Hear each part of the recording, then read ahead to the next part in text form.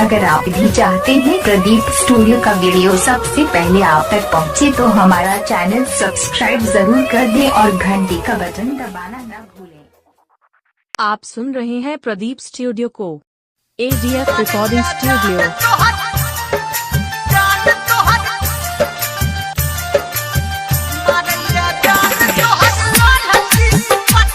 DJ Pradeep Pandey.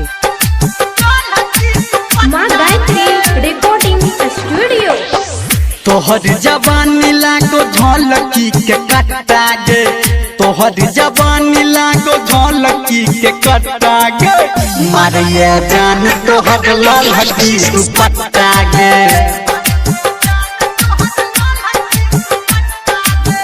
तोहर दीवाना छो गली के हर पट्टा गे, तोहर दीवाना छो गली के हर पट्टा गे, मारिया जान तोहर ललकी दुपट्टा गे।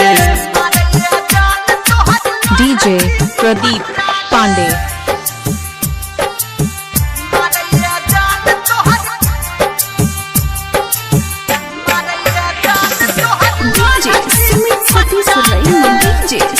DJ प्रदीप पांडे। फसल कमान तोरा तिरछी न जहर में लागैया खसे बाजे ना बिजुरी डोगर में, लागैया खसे बाजे ना बिजुरी डोगर। फसल कमान तोरा तिरछी न जहर में लागैया खसे बाजे बिजुरी डोगर में। आहन लगा ले दिल टेंशन हटा गे, आहन लगा ले दिल टेंशन हटा गे, मारिया जान तोहर ललकी दुपट्टा गे।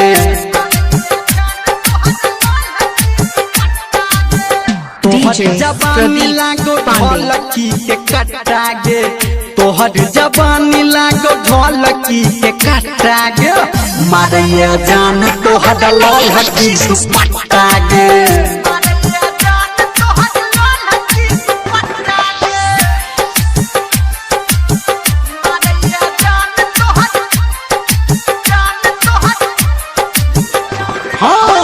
पतली कमर तोहर कहर आओ पडाउन गे, बाहर छना जेना कोयली के टाउन गे, पतली कमर तोहर कहर आओ पडाउन गे, बाहर छना जेना कोयली के टाउन गे। कहो धर्मेंद्र तोहर लह के नाम रट्टा गे, कहो धर्मेंद्र तोहर लह के नाम रट्टा गे, मारिया जान तोहर ललकी दुपट्टा गे। आप सुन रहे हैं प्रदीप स्टूडियो को। तोहर जवानी लागो झलकी के कट्टा गे, तोहर जवानी लागो झलकी के कट्टा गे, मारिया जान तोहर ललकी दुपट्टा गे।